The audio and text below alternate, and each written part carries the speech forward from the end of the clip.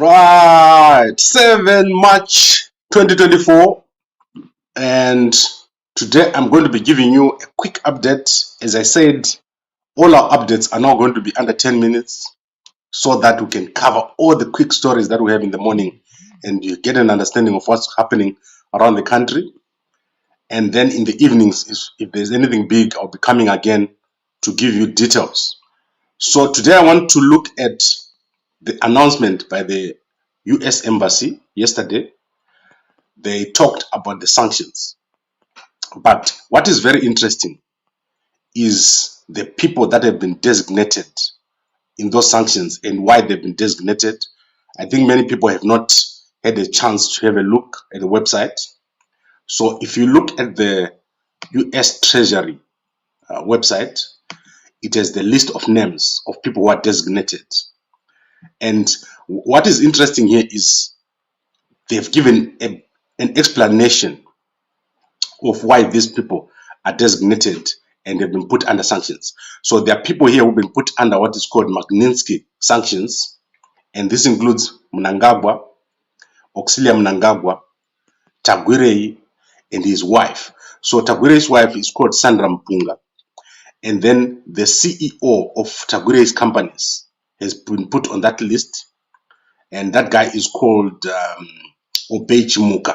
So it's Mnangagwa, Auxillia Mnangagwa, Tagwirei, Sandra Chimuka, and Chimuka. Those are the people who are on the economic sanctions. They've been sanctioned for corruption, for smuggling of gold and diamonds, and for overseeing the government of Zimbabwe that has been going against the opposition. So you must understand why these 5 people have been sanctioned. Then we've got people that have been sanctioned for human rights abuses, so directly being involved in human rights abuses. And these people is General Chiwenga and all the guys who are in the top. So I want to show you the guys who are involved and the guys who are not. So Oppah Muchinguri, Minister of Defense, she's there. Chiwenga is there. Godwin Matanga is there. Is the Commissioner of the Police. Then Stephen Mutamba, Deputy Commissioner of the Police, is there. And then Tapfumaneyi is the Deputy Director General of the Zimbabwe Intelligence. He's also there. But you must see that the other people are not there. I also forget to say Owen Ncube. Owen Mudha is there. He's part of the people that are sanctioned. The people that are not there, from this list that I'm looking at here, is Isaac Moyo. He is actually the director of the Director General of the Zimbabwe Intelligence. So he's not here. And Scott Sakupwanaya is not here. And Valerio is not here.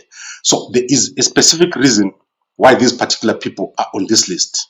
So I'm sure that this information that the United States has got, that has made them put these people here on this list. But what is interesting is what they say under General Chiwenga. Right, I want to read for you what they say about General Chiwenga. Under the leadership of Mnangagwa and Zimbabwe's first vice president, Constantino Chiwenga, Zimbabwe's security forces have engaged in the violent suppression of political activists and civic society organizations. Mnangagwa's re-election was marred by fraud, the deployment of groups who intimidated voters, and the use of government-organized ferret teams. Since the election, the ferret teams, comprising intelligence, police, and military personnel, have likely been involved in the abduction of up to 12 individuals associated with civic society organizations or opposing parties, including Pastor Masaya, who was found dead on November 13, 2023. So Chiwenga here has been named as a person who was directly involved in organizing the ferret teams. So you must understand that the ferret teams have not been clearly defined in the past to say who was in the ferret teams, who is organizing the ferret teams. Now we know that the people that are organizing the ferret teams is Chiwenga, Muchinguri, Oppah Muchinguri. Then we have got Godwin Matanga, Stephen Mutamba, Tapfumaneyi, and Owen, Mudha, Ncube. Those are the people that are organizing the ferret teams. So according to these sanctions that have been put by the United States of America, these guys are involved in the murder of Pastor Masaya. And you can go and look at this at the Treasury website of the United States of America. They have specifically named these guys as being involved in these sanctions, in these actions.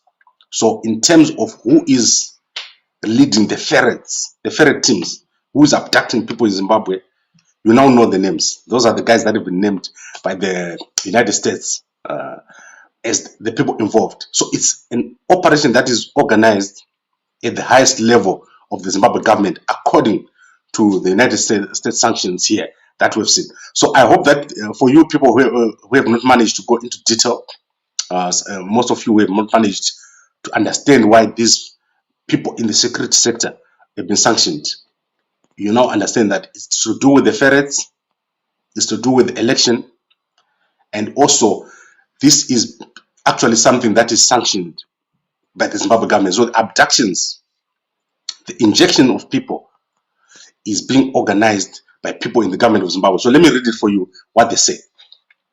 Abductees report being pushed into vehicles, beaten and stripped naked, injected with unknown substances, threatened with retaliation, and later dumped on the roadsides outside of Harare. In 2019, ferret teams reportedly abducted and assaulted more than 50 people. Opposition supporters also claim to have been tortured by security officials, including being stripped, beaten, and whipped at the ZRP station. So this is the allegation. This is why the sanctions have remained on the security officials. So these are very specific. It's only these people that are on that sanctions list. And then obviously there are two companies that are on the sanctions list. That is Sakunda and Fossil Contracting. These are the two companies that are there. So Sakunda Holdings and Fossil Agro. And in terms of Mnangagwa, Mnangagwa has been put on the sanctions. So let me read for you why Mnangagwa has been put on the sanctions. Mnangagwa is president of Zimbabwe and is involved in corrupt activities, in particular those relating to gold and diamond smuggling networks.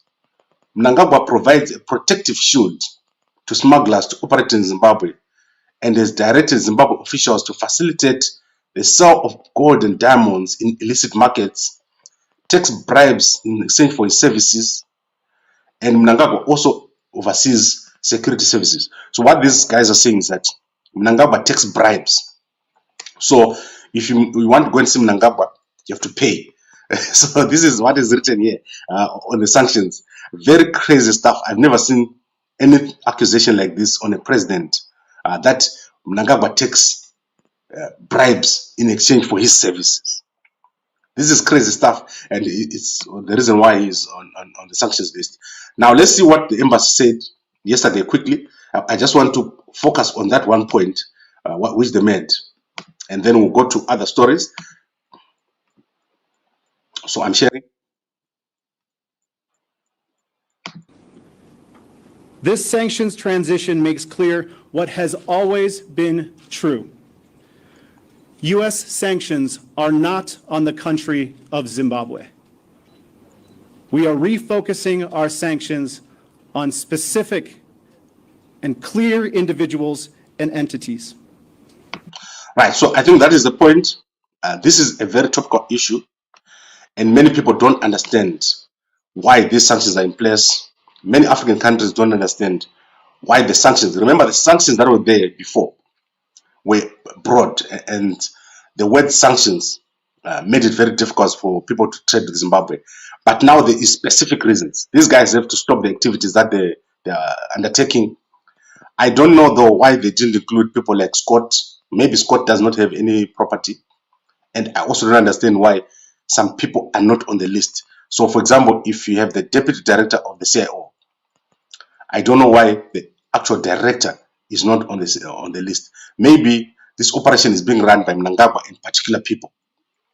And also, if you look at General Valerio Sibanda, he's not on that list. So I don't know why Oppah Muchinguri is on the list and the the commander of the Zimbabwe Defense Forces is not on that list. So there must be a reason. And this is something that we'll probably be understanding as time goes on. I now want to quickly look at a number of stories. And the first one is to do with Cape Town. Zimbabweans around Cape Town last night came under attack in an area called Oppah. So a lot of Zimbabweans had to sleep at the police station because a Zimbabwean group killed a South African group, someone in a South African group.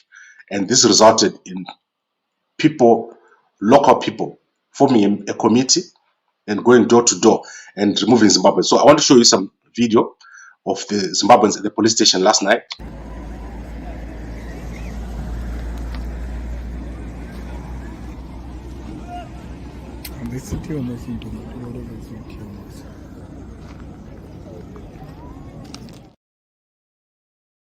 Right, so that's Zimbabweans right now. They slept at the police station, and I'll probably, if it's safe, I'll probably go there and have a look. But I don't think it's safe right now for me to be going over there. But as you clearly see, there is a lot of unhappiness among the locals regarding Zimbabweans in general, and especially regarding paperwork. So you're going to see a lot happening leading up to the election. And this is to do with Zimbabweans working without documentation. And also, any small spark can become a big flame. And this is a very big problem. So now let's look at other stories very quickly. I want to keep this under 10 minutes. And this is going to be the new format. Scott Sakupwanaya is involved in yet another scandal. This time, the Central Intelligence Organization is investigating Scott Sakupwanaya. And a journalist called Mnangagwa from the ZBC has been caught in a sting operation by the CIO, where he was working with a member of the Zimbabwe intelligence to hand over documents of the investigation into Scott Sakupwanaya. They wanted to hand over that document in exchange for $15,000. And you find that story in the H Metro newspaper. So Tendai Mnangagwa is in court right now as you speak with the intelligence organization, the CIO operative, who is not named. They're in court. And the thing is, I don't know if Scott is totally innocent, but if you go into the story, what happened is that Tendai Mnangagwa and the member of the CIO phoned Scott Sakupwanaya and said they've got evidence of an investigation. They wanted to present it to him so that he knows what the CIO is investigating him for. And then obviously Scott told the police, and the police went and set a trap. They handed over the money, but then they were arrested immediately after. So that story, you can find it in the H Metro newspaper. Scott is a very controversial person. He owns a company called Better Brands. It's into security, into mining, into a lot of other things. And you remember what we said about Penalonga last month. So this story is a very, very strange story, because I know for a fact that Scott has got people that go around cleaning his image. That I know for a fact. People who try to clean his image. So I don't know what went wrong here. Maybe the amount was too high and he didn't want to pay $15,000. But I know they do clean the image of Scott in the press. If you Google the internet, you can barely find a bad story about Scott. I think that is a well-known fact that these guys are involved in some image building. So I don't know what Tendai Mnangagwa, what they did wrong here, but they should have done something wrong to end up being trapped by Scott in terms of this matter. Scott has also not dealt with the issue of the death of Pastor Masaya. His campaign resulted in the death of Pastor Masaya, and we do not know why he's not on the sanctions list. I'm actually very surprised that he's not on that sanctions list. He should have been on that sanctions list because it's quite big. I'm also looking at people like Prophet Hubert Angel. He's not on this list here. So I don't know if they're going to have a real look at this list, because the people that are facilitating, for example, smuggling, if you don't put them on the list, and if you don't put, let's say, Mnangagwa sons, and you remove them, then the sanctions won't be effective. So that is clear here to me. So I don't know if the sanctions are going to be eventually tightened, but there are a bit of gaps here in terms of the sanctions. Then in the H Metro again, there are 100 families living at Mazbaba Ishmael's Scout Farm in Nyabira. So you can go and have a look at that story. I haven't had a chance to look at other newspapers, for example, the Herald newspaper. So let's quickly see if the Herald newspaper is out. And as I said, Newsday is most reliable. If you wake up in the morning, if you subscribe, you'll be able to get the stories as quickly as possible. In terms of the Herald newspaper, let me see if there's any Herald newspaper today. No Herald newspaper. And Herald newspaper on Thursday is the best newspaper because it's got lots of business stories. Let's also look if there's Chronicle newspaper. And if there's none, then we're going to shut this down and come back in the evening. So in terms of the Chronicle newspapers, yes, we've got the Chronicle newspapers. So let's see what is in the Chronicle newspaper. I'll quickly take you through it, and then I'll end the discussion for today because it's been a long week for me, and it's going to be a long month in the long year because we intend to publish the whole year. Right, let's look at the stories in the Chronicle newspaper. Manage a plant, start production. So I think Rutendo has gone over there. If you want to see what it looks like, you can go to Rutendo Benson Machara's page. You'll be able to see what it looks like. And then Mnangagwa launches rail fiber optic project. And you can see that there's Mnangagwa there, there's General Chiwenga, and there is Kembo Mohadi over there. So President Mnangagwa flanked by Vice President Chiwenga, Kembo Mohadi, in Minister of Veterans Liberation Affairs, Monica Mavunga. So Monica Mavunga was appointed as minister to replace Muchangwa. There she is. You can see the whole group of people. You can also go to Gambakwe Media. I've got all the stories as they happen during the day. Our news readers do read these stories for you. And I think there's not other much thing. Let me look at Potras. Potras is congratulating Mrs. Ntombenhle Moyo on her appointment into the board of Potras, of Procurement Regulation Authority of Zimbabwe. So I don't think it's Potras, it's PRAS, not Potras. And then let's see if there's anything on sports. Kaindo speaks on big game. Zimbabwe take part in Moscow Games. So that is Chiwenga there. General Chiwenga is doing a lot of stuff in Russia. I think it's some sort of cover for something else they're doing there. I don't think it's sports. And then Mohadi is saying what? Mohadi is saying Blawe hosts second edition of Zimbabwe Business Expo. So you can go and have a look at the Chronicle newspaper. You'll be able to see what they're doing over there. But let me recap here on top, in case of, in the top story that I've been discussing here, which is to say, General Chiwenga, Monica Mchangwa, and guys in the CIO, people like Matanga in the ZRP, they've been named by the USA as being the heads of the ferret. So you know the ferret team. So let me show you the document before I go, because I think we need to give you guys a chance, if you want to read it, to see what the document is. So if you go to US Treasury, here's the document here. It clearly names these guys as being the heads of the ferret, the people who are behind the ferret team. It's not being done by private individuals. It's headed from the office of Chiwenga, the office of Oppah Muchinguri, the office of Matanga, the office of Stephen Mutamba, and Walter Tapfumaneyi. These are the top guys. Owen and Ncube, they're named in this document, which is on home.treasury.gov. It's a press release that has been sent out by the United States government. So what I'm going to do, I'm going to ask the robot to read this in full, and we'll put it on Gambakwe Media later on this morning. This is a very, very bad thing that has happened here. The Zimbabwe government and the government of Mnangagwa. Imagine Mnangagwa taking bribes for his services. And this is written here in the sanctions that have been put out.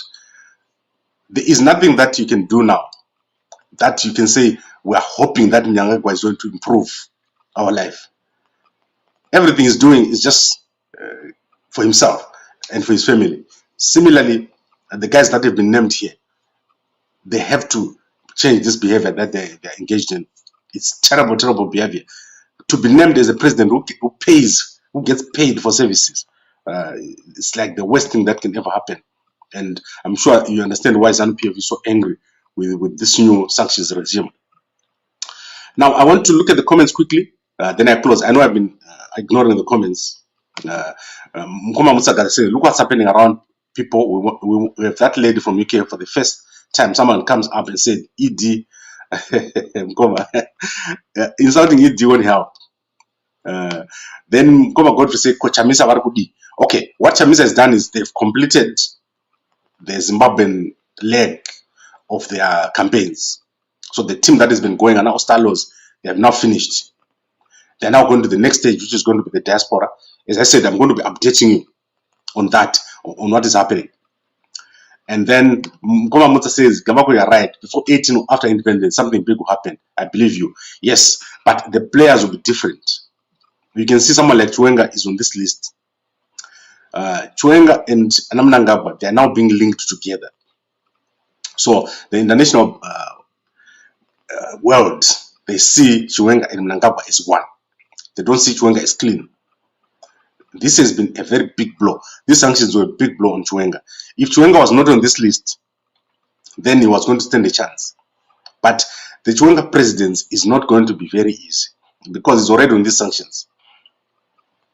So the clean person right now is Valerio and other guys. They are clean. They are not on this list. And Isaac Moyo, they are not on that list. There is a reason why they're not on that list. So you have to understand the dynamics of what has happened here in terms of these sanctions. I believe that there is something going on behind the scenes in terms of Mnangagwa and his presidents. It's no longer as firm as before. No one believes that Mnangagwa can go for a third term. It's not popular within ZANU-PF. It's not popular within the military. So Mnangagwa won't be able to push through this whole term. But the players will be different. Other new players will have to emerge, not the players that we have right now. And that is clearly set out here. If you look at the sanctions, they are very, very clear.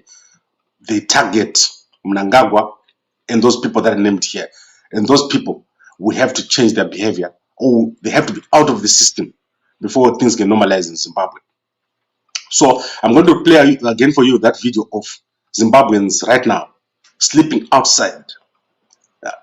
Most Zimbabweans ran out of their homes last night in Cape Town, in a farming area called Paul or somewhere around there, and they're now at a police station. They had to leave their homes because there was door-to-door campaigns, and they lost a lot of property. So this is the Zimbabweans in Cape Town right now.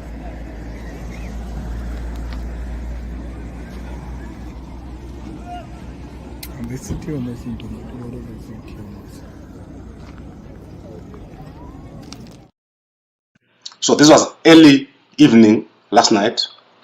Let's see what happens today. There is obviously going to be a home affairs operation around that area because of these kind of things. And I think this needs to be addressed. These are some of the impacts and side effects of what Mnangagwa is doing in Zimbabwe. People are really being impacted at a personal level. So thank you very much, everyone, for watching. As I said, I try to keep this below 10 minutes, but it seems impossible. I'm like going for 20 minutes and so forth because there are so many things to cover. And I haven't even looked at all the newspapers. Imagine if I looked at the newspapers. So we'll find a way of breaking down this news during the day. In the evenings, I'll try to have another bulletin so that we cover everything. There's a lot happening, and unfortunately, there's not enough media in Zimbabwe to cover everything. Most newspapers just publish once.